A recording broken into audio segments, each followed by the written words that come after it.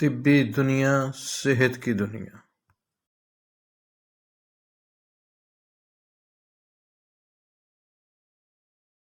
بسم اللہ الرحمن الرحیم۔ سامعین محترم، وہ نوجوان جو غیر شادی شدہ ہوتے ہیں وہ زیادہ تر احتلام کی بیماری میں مبتلا ہو جایا کرتے ہیں بنسبت شادی شدہ لوگوں کے۔ شادی شدہ لوگوں کے اندر بھی یہ تکلیف پائی تو جاتی ہے لیکن نسبتاً کم پائی جاتی ہے۔ غیر شادی شدہ نوجوان اس تکلیف کے اندر، اس بیماری کے اندر زیادہ مبتلا ہوتے ہیں۔ تو سب سے پہلے ہم اس کے اسباب بیان کرتے ہیں کہ اس کی وجہ کیا ہوتی ہے۔ ہاں، ایک بات یاد رکھیں کہ احتلام اگر تو 10 دن کے بعد ہوتا ہے تو علاج کی ضرورت نہیں ہے، یہ ایک فطرتی عمل ہے احتلام کا ہونا۔ 10 دن کے بعد، 15 دن، 20 دن، 25 دن کے بعد بھی کوئی حرج نہیں۔ ہاں، البتہ اگر 10 دن سے پہلے ہوتا ہے، 8 دن سے پہلے ہوتا ہے تو یہ قابل علاج ہے، یہ خطرناک ہو سکتا ہے۔ ہاں، ایک اور بات بھی یاد رکھیں کہ احتلام کا بالکل نہ ہونا، سرے سے ہی نہ ہونا، یہ زیادہ خطرناک ہے احتلام ہونے سے۔ تو اگر تو 10 دن کے بعد احتلام ہوتا ہے آپ کو تو علاج کی ضرورت نہیں ہے۔ 10 دن سے پہلے ہوتا ہے، ہفتہ میں 2-3 بار ہوتا ہے تو یہ قابل علاج ہے۔ اور بعض اوقات ایسا بھی ہوتا ہے کہ جب اس مرض کے اندر شدت آ جاتی ہے تو مریض جو ہے اگر دن کے وقت سوتا ہے تو نیند کی کیفیت میں دن کے وقت بھی احتلام ہو جایا کرتا ہے۔ یہ مرض کی شدت کی کیفیت ہوتی ہے، تو یہ اور زیادہ خطرناک ہے۔ تو اب آتے ہیں کہ اس کی وجوہات کیا ہیں، احتلام بکثرت ہوتا کیوں ہے۔ اسباب کے اندر، وجوہات کے اندر پہلی جو چیز ہے وہ ہے کہ اس مریض کا جو معدہ ہوتا ہے، پیٹ ہوتا ہے، اس کے اندر گیس بہت زیادہ ہوتی ہے۔ یہ مریض قبض کا شکار ہوتا ہے۔ گیس، قبض، تبخیر، ریا اور تذابیت اس مریض کے پیٹ کے اندر بہت زیادہ ہوا کرتی ہے، ایک چیز۔ دوسری چیز جو اہم ہے وہ یہ ہے، جو سبب ہے احتلام کا، کہ یہ مریض جو ہے یہ مخلوط کلچر، مخلوط ماحول میں رہتا ہے اور رہنا پسند بھی کرتا ہے۔ اب تو ویسے مخلوط ماحول کا کنسیپٹ ذرا بدل چکا ہے۔ اب تو یہ جو موبائل ہے یہ بھی آپ کے لیے مخلوط ماحول آپ کو پرووائڈ کر سکتا ہے۔ جب چاہیں آپ اس کو آن کریں، جس کے ساتھ چاہیں آپ گپ شپ کر سکتے ہیں، آپ وہ ماحول کریٹ کر سکتے ہیں، جس قسم کا چاہیں آپ وہ ماحول پیدا کر سکتے ہیں۔ تو یہ بیماری پیدا کرنے میں یہ موبائل کا بھی بہت زیادہ عمل دخل ہے۔ موبائل کے جہاں بہت زیادہ فوائد ہیں، بہت زیادہ فائدے ہیں، وہاں اس کے بہت زیادہ نقصانات بھی ہیں۔ نقصانات کے اندر یہ چیزیں بھی شامل ہیں۔ بے رحمی کا شکار ہو جانا، جس سے بہت ساری پھر مختلف بیماریاں جنم لیتی ہیں۔ اچھا، اس کے علاوہ اس کے اسباب کے اندر جو تیسری چیز ہے وہ ہے کہ یہ مریض چونکہ قبض کا مریض ہوتا ہے، اس کو پخانہ کھل کر نہیں آیا کرتا۔ اس مریض کو دن میں 2 سے 3 بار، کم از کم 2 بار پخانہ کھل کر آنا لازم ہے۔ جب تک اس کو پخانہ کھل کر نہیں آئے گا، اس کی قبض کشائی نہیں ہوگی، تب تک یہ مریض کسی صورت بھی ٹھیک نہیں ہو سکتا۔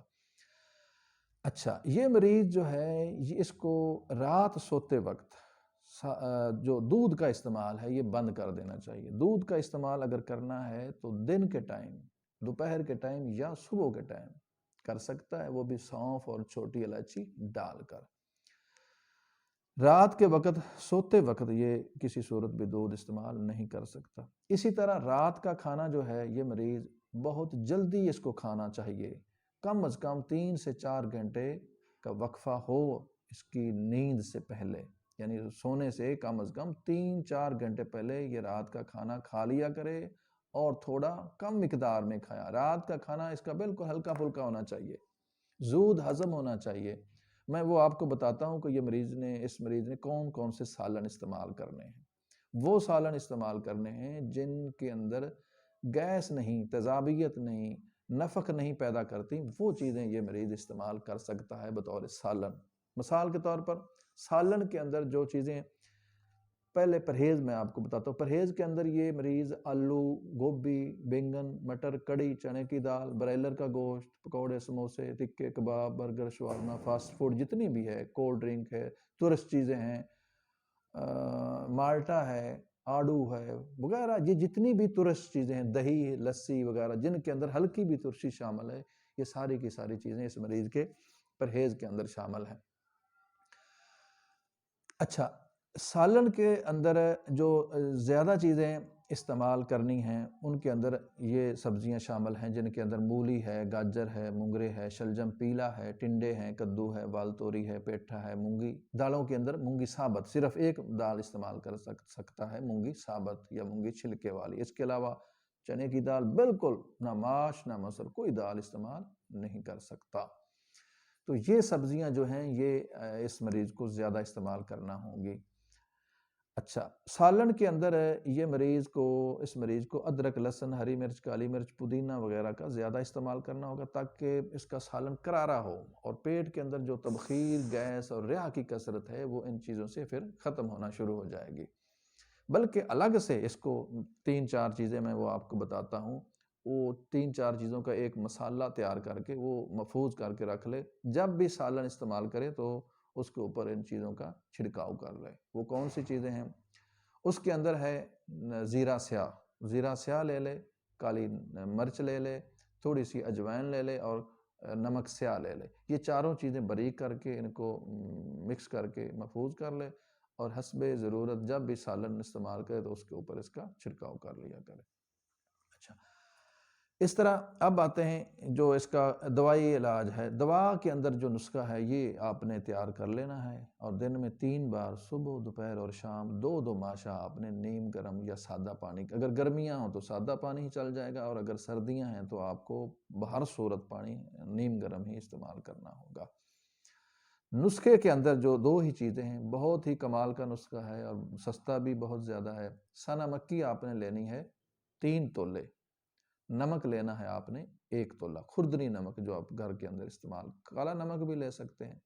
نمک 1 تولہ، سنا مکی 3 تولہ، تینوں کو آپ نے مکس کر کے ان کا سفوف تیار کر لینا ہے اور دن میں 3 بار صبح، دوپہر، شام نیم گرم یا سادہ پانی کے ساتھ استعمال کرنا ہے۔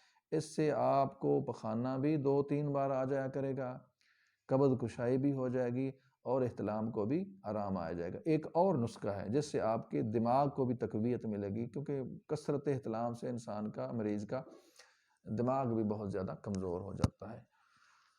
وہ دماغی طاقت کے لیے اور احتلام کے لیے بھی بہت اچھا نسخہ ہے۔ اس کے اندر جو چیزیں شامل ہیں وہ ہیں بادام۔ بادام آپ نے تقریباً لینے ہیں کوئی 20-25 یا 30 کے راؤنڈ اباؤٹ آپ نے بادام لے کر رات کو پانی میں بھگو دینا ہے، صبح چھلکا اتار کر ان کو اچھی طرح باریک کر لینا ہے۔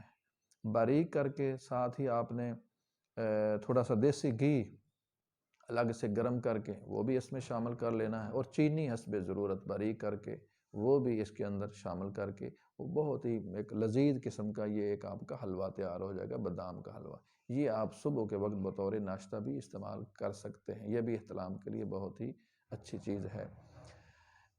ہاں، ایک اور جو خاص بات، اہم بات ہے وہ ہے کہ اس مریض کو، احتلام والے مریض کو بھوک کے بغیر کسی صورت بھی کھانا نہیں کھانا چاہیے۔ اس مریض کو ایک بہت بری عادت ہوتی ہے کہ یہ بار بار کھاتا رہتا ہے۔ جب کوئی چیز لذیذ نظر آئی، سالن اچھا نظر آ گیا، ابھی بھوک نہیں بھی لگی تو بھی یہ مریض کھانا کھا لیتا ہے۔ کسی صورت بھی کھانا نہیں کھانا، پیٹ کو خالی رکھیں۔ ایک غذا سے دوسری غذا کا وقفہ کم از کم 6 گھنٹے کا ہونا بہت ضروری ہے۔ ان ہدایات، ان احتیاطی تدابیر اور ان باتوں پر جب آپ عمل کریں گے تو انشاءاللہ العظیم آپ اس بیماری سے بہر صورت نجات حاصل کر لیں۔